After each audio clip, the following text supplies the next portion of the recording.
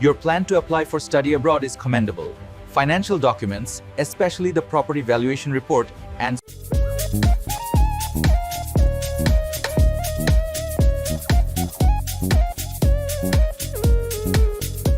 সুপ্রিয় দর্শক মণ্ডলী, আসসালামু আলাইকুম। দেশ এবং দেশের বাহিরে যে যেখান থেকে শুনছেন, আশা করি ভালো আছেন, সুস্থ আছেন, নিরাপদে আছেন। আমি advocate Mohammad Belayet Hossain, Bangladesh supreme court member, Dhaka জজ কোর্ট, মাদারীপুর জজ court and Dhaka Texas bar association. Viewers, আজকে স্টুডেন্টদের জন্য একটি দুর্দান্ত টপিক নিয়ে হাজির হয়েছি।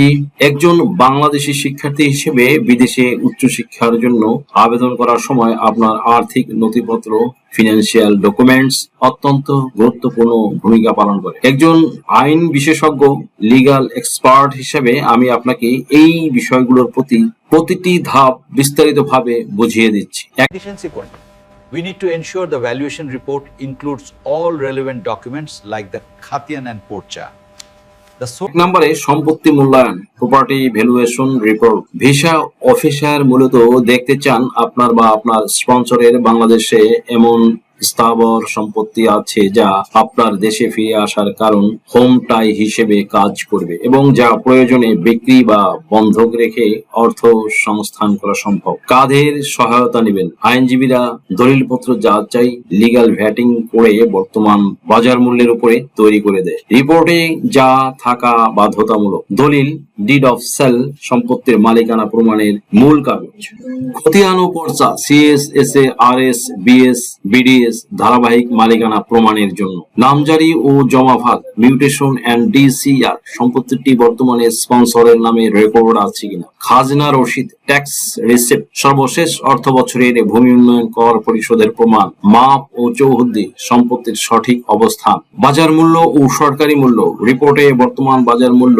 প্রেজেন্ট মার্কেট ভ্যালু এবং সরকারি মূল্য, গভর্নমেন্ট ভ্যালু আলাদাভাবে উল্লেখ থাকতে হবে। 2 নম্বরে sponsorship affidavit, affidavit of sponsorship. এটি একটি আইনগত অঙ্গীকারনামা যেখানে আপনার স্পন্সর আপনার পড়াশোনা ও জীবনযাত্রার সমস্ত খরচ বহনের ঘোষণা দেন। স্ট্যাম্পের মূল্য, এটি সাধারণত 300 টাকা নন জুডিশিয়াল স্ট্যাম্পে প্রিন্ট করতে হয়। আয়ের উৎসের বর্ণনা, কেবল ব্যবসা বা চাকরি লিখলে হবে না, আইনগতভাবে এটি এইভাবে বর্ণনা করা উচিত। যেমন ব্যবসা হলে ট্রেড লাইসেন্স নম্বর উল্লেখ করে ব্যবসার ধরন এবং বার্ষিক নিট মুনাফার পরিমাণ উল্লেখ করতে হবে। চাকরি হলে পদবি, প্রতিষ্ঠানের নাম এবং বার্ষিক বেতন উল্লেখ করতে হবে। কৃষি বা বাড়ি ভাড়া হলে ভাড়ার চুক্তিনামা বা কৃষি জমির পরিমাণ ও বার্ষিক আয়ের উল্লেখ থাকতে হবে।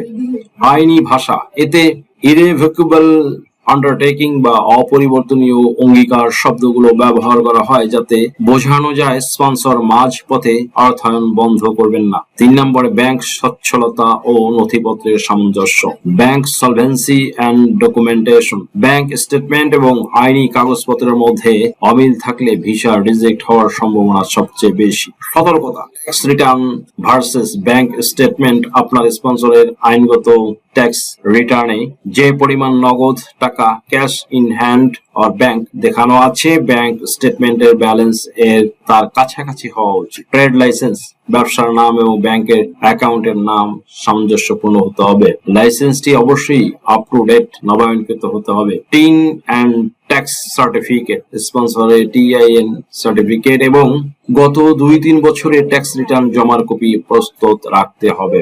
অস্বাভাবিক লেনদেন, হঠাৎ করে বড় অঙ্কের টাকা ব্যাংকে জমা দেওয়া, সাডেন ডিপোজিট এড়িয়ে চলতে হবে। যদি বড় কোনো সম্পত্তি বিক্রি করে টাকা রাখা হয় তবে সেই বিক্রয় দলিলের কপি সাথে রাখতে হবে যাকে সোর্স অফ ফান্ড হিসেবে দেখানো যায়। 4 নম্বরে আইনি সত্যায়ন, লিগ্যাল ভেরিফিকেশন এন্ড অ্যাটাস্টেশন।